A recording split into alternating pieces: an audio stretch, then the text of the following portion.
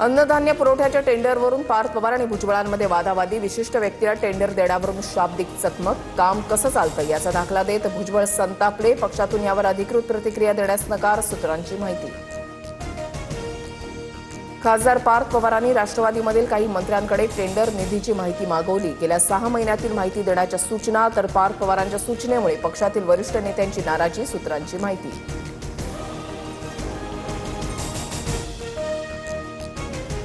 उद्यापासून रखरखत्या उन्हामध्ये उपोषण करणार, कुणीही समाज बांधव आंतरवालीकडे येऊ नका, राज्यामध्ये कुठेही उद्रेक किंवा आंदोलन करू नका, जरांगेंचं मराठा समाजाला आवाहन।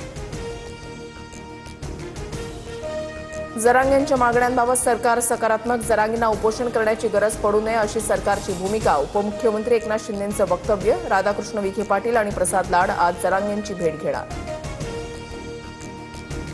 मुंबईत रिक्षाचा प्रवास 1 रुपया 30 पैशांनी महागण्याची शक्यता, सीएनजीचे दर 3 रुपयांनी वाढल्यास रिक्षाचं भाडं 18 रुपये 44 पैसे तर मीटर रिक्षा 27 रुपये 43 पैशांवर जाणार।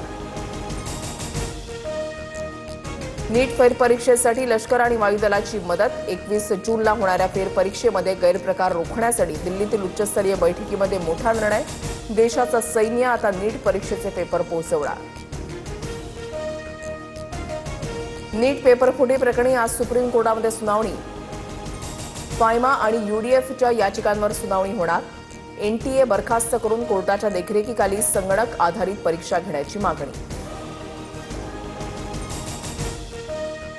भोंदू अशोक खरात प्रकरणानंतर राज्यभरामध्ये 50 भोंदूबाबांच्या विरोधात कारवाईचा बडगा, नाशकात सर्वाधिक 5 गुन्हे दाखल, बहुतांश प्रकरणामध्ये महिलांच्या लैंगिक शोषणाचे आरोप।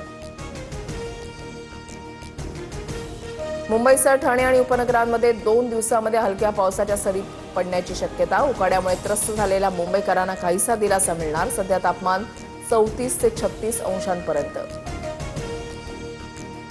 आयपीएलच्या क्वालिफायर 2 मध्ये आज गुजरात विरुद्ध राजस्थान सामना, न्यू चंदीगडमध्ये संध्याकाळी 7:30 वाजता सामना रंगणार, विजयी संघ फायनलमध्ये बंगळुरूशी भिडणार।